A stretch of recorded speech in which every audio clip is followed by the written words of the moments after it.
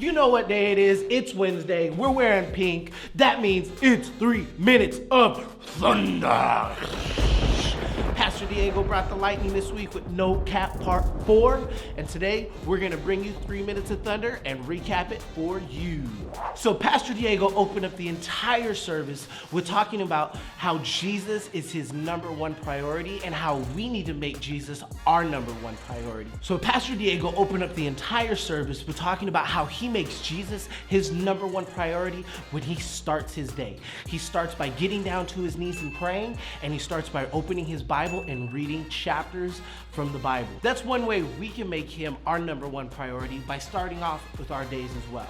And he talked about how much Jesus cares for us. And he gave us 4 points on how Jesus cares for us. So he talked about how Jesus is capable, and how in Hebrews chapter 7, he wants us to draw near to him. He talked about how Jesus is touchable, and how in Mark chapter 10, when the disciples were telling all the children, no, don't touch him, don't touch him, he said to let them draw near to him. He talked about how Jesus always has time for us, and he's approachable in Jeremiah chapter 33:3. And he also talked about how Jesus is transformable.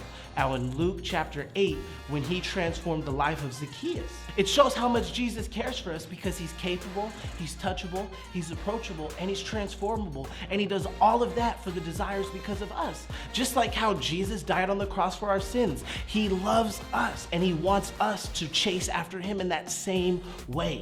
All right, it is time for some couch questions. That's where we take some questions and you guys sit around the couch and you ask them together as a family. Have you ever felt rushed and not had enough time to finish your lunch? I know I have. Has there ever been a time where you thought you couldn't do it? I remember for me, there was one time where I didn't think I'd be able to get up in front of people and act on stage, but then sure enough, Pastor Ryan said, "No, you can do it." And we went and did it, and the rest is history. Have you ever had a time where you've seen somebody famous and were afraid to approach them? I remember a time for me, I was meeting The Undertaker.